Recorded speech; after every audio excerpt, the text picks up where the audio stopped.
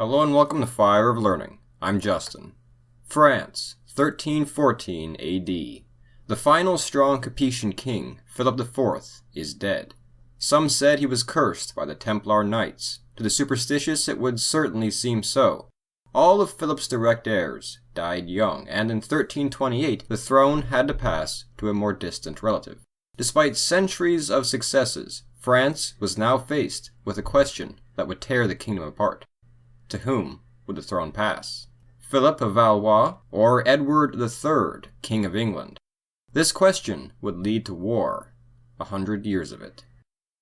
Before we begin, I would like to thank Michael Snow, Paweł Tarbaj, Ton Eshui, and Steve Jankowski for being our most recent supporters on Patreon. They join these supporters who make these videos possible.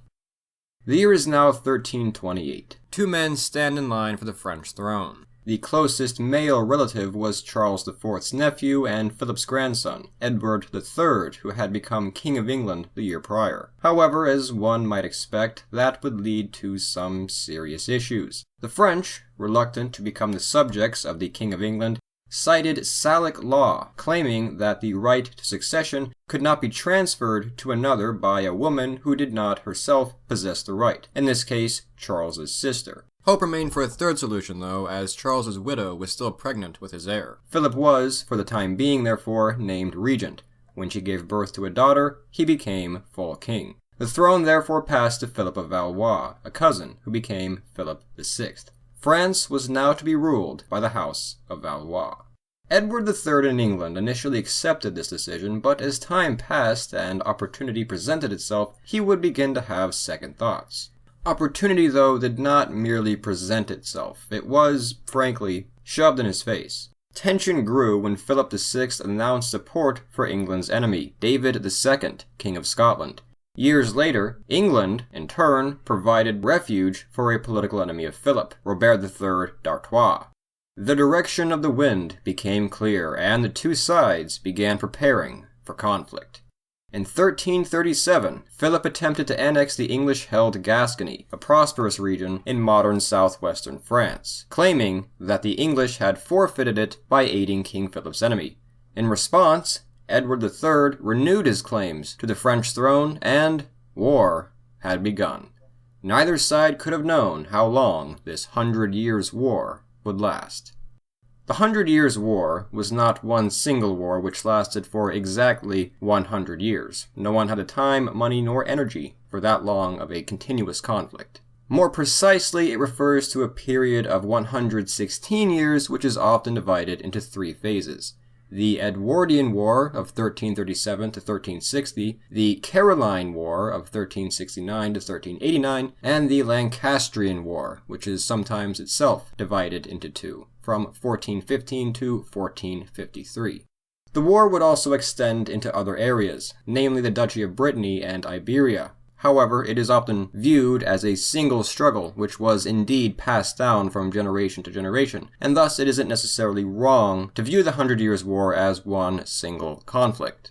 In 1337, the Edwardian phase of the war had begun. Edward III began raising money and planned to invade France from the north, while Gascony held its ground. The Gascons preferred the English to their French neighbors simply because the English king interfered with their autonomy less. The delay worked in the favor of both France and its close medieval ally Scotland, bound together by the Auld Alliance, and facing a mutual enemy.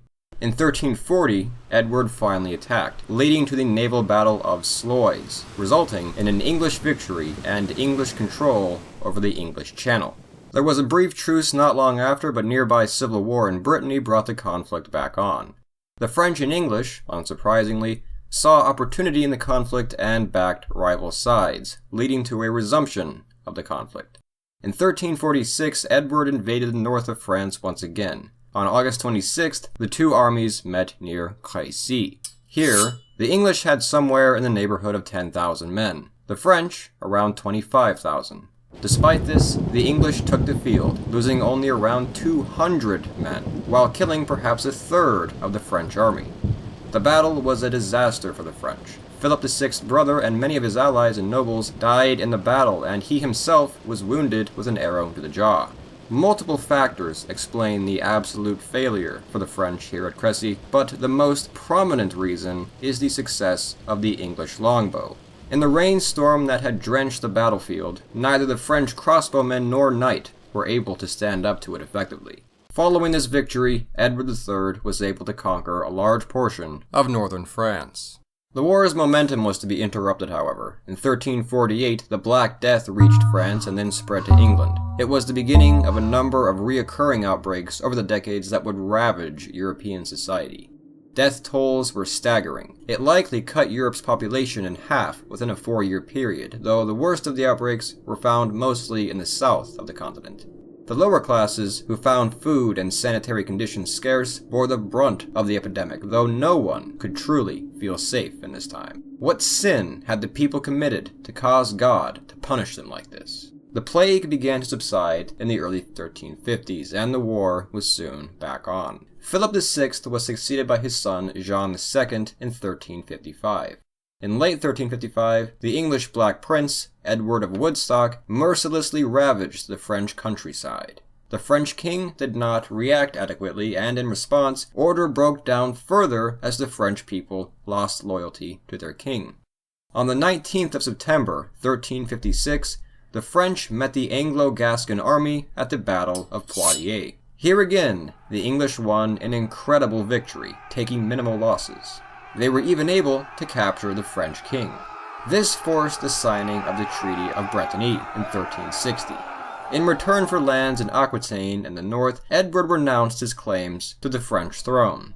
However, ransom for the French king was still naturally demanded. Jean II, though, died while in captivity in 1364 and was succeeded by Charles V. The first phase of the war had ended, but France remained in chaos. Revolt and civil war ravaged the kingdom amid all of its problems. The Caroline War resumed things in 1369, following a revolt in Gascony. Though the English initially saw success, it was not to last. The Black Prince died of illness in 1376, and his father, King Edward III, died the year after, leaving the English throne to Edward's grandson, 10-year-old Richard II. All the while, the French had been making serious gains. By 1380, the French had control over much of Aquitaine, and the English holdings were reduced to these small areas shown here. It was in 1380, however, that the French King Charles V died of illness at the age of 42, and the throne passed to the 11-year-old Charles VI. 2 children now sat on the thrones of France and England. No single regent was appointed for the English King Richard II in his youth out of fear of who that regent would be, his uncle, John of Gaunt, who held a considerable share of power regardless. Charles VI was to be directed by his uncles until the age of 19. With Charles V gone, the French began to falter. Revolts in both England and France once again sprouted up over increased taxation to fund the wars. The war continued through proxy wars in Iberia, but soon another peace became favored as both sides lacked the vigor and stability to continue.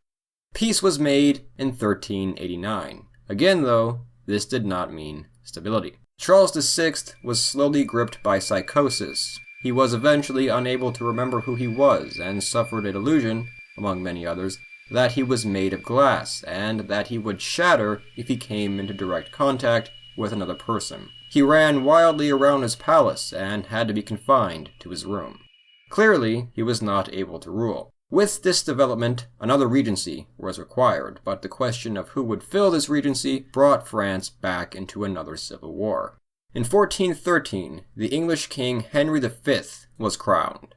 In August of 1415, he invaded France. The war was back on, this phase being the Lancastrian phase.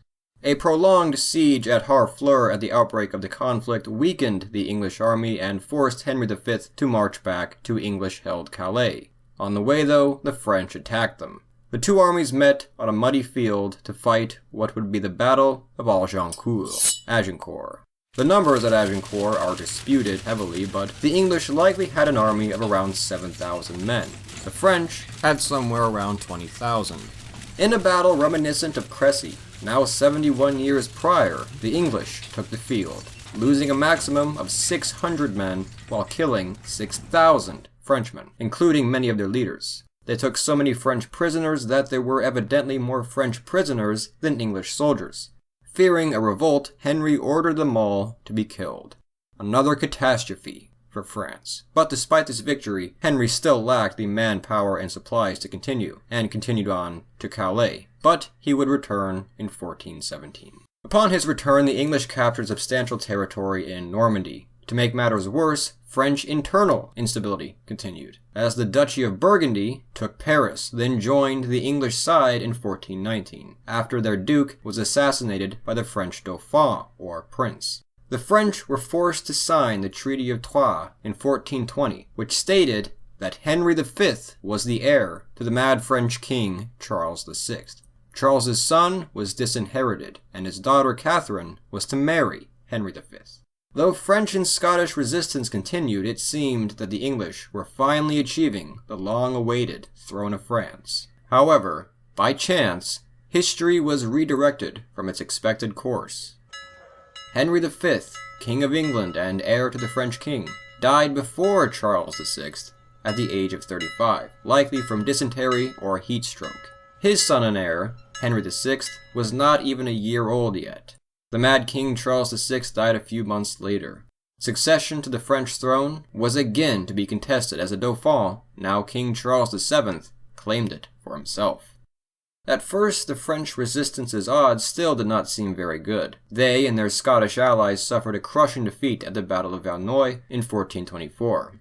In 1428, the English laid siege to the city of Orleans. By now, the very nature of war was changing, as early gunpowder, in the form of cannons, was making its debut. Both sides were determined to bring this contest to its conclusion. From this chaos would emerge a hero of French history from the unlikeliest of backgrounds, a 16-year-old peasant girl, Jeanne d'Arc, Joan of Arc. From a young age, this Joan of Arc claimed to have experienced visions, and communicated with multiple saints, who encouraged her to live a life of piety and chastity. Eventually, however, as she came of age, she claimed that the saints revealed to her that God had chosen her for a special quest, to expel the English from France. As she accepted her mission, she went to see King Charles VII. Unsurprisingly, she was thrown out at first, and was unable to see him. There were plenty of these mystics running about France. What made her special? But as word of her visions spread, she was later allowed to see the king. She even performed a miracle in front of them. The king dressed as one of his nobles and sat among them in disguise to test her abilities. She was, however, able to walk right up to him and identify him. The French commanders and the king himself were still skeptical but desperate for victory.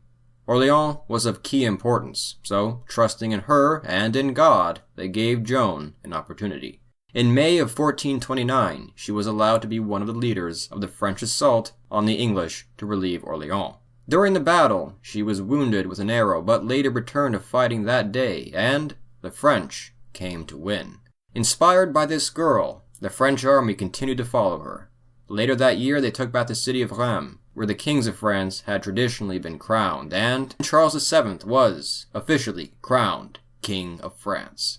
After this great victory was achieved, Joan claimed her visions had stopped. She had completed her task. But as the fighting continued on, she continued on with it.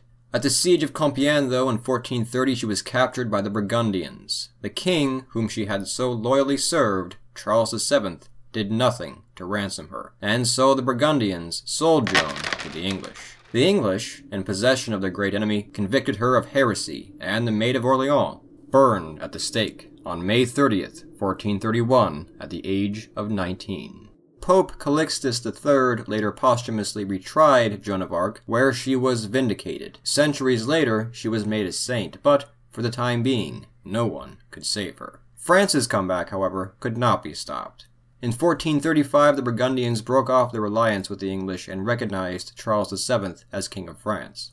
In the coming decades, the French saw continued success against the English. On July 17, 1453, the Battle of Castillon was fought. Here, the French crushed the English, taking only around 100 casualties while killing, wounding, or capturing 4,000 enemy. Though no official treaty was signed until 1475, this battle is often seen as the true end of the 100 Years' War. The English were repelled from France, limited only to Calais and the Channel Islands. Though the English would claim the title of King of France until 1803, the dispute was settled. France had saved itself.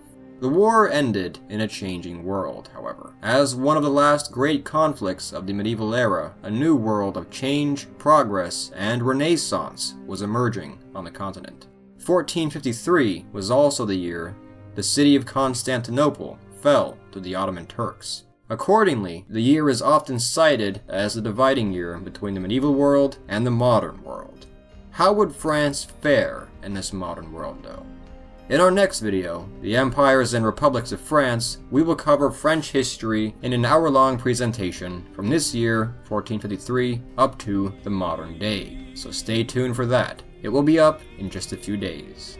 I hope you enjoyed this video. If so, I invite you to come check out the rest of Fire of Learning, especially my other videos on French history and society, namely the previous History of France documentary and History of its Language, and to subscribe to see more videos like this in the future. To help with the cost of producing these videos, a donation on Patreon would be a big help. A special thanks to our current Patreon supporters, once again listed here. We are also on Instagram, Facebook, and Twitter, so come check us out there too. This has been a Fire of Learning History of Nations and Peoples documentary. Merci for watching.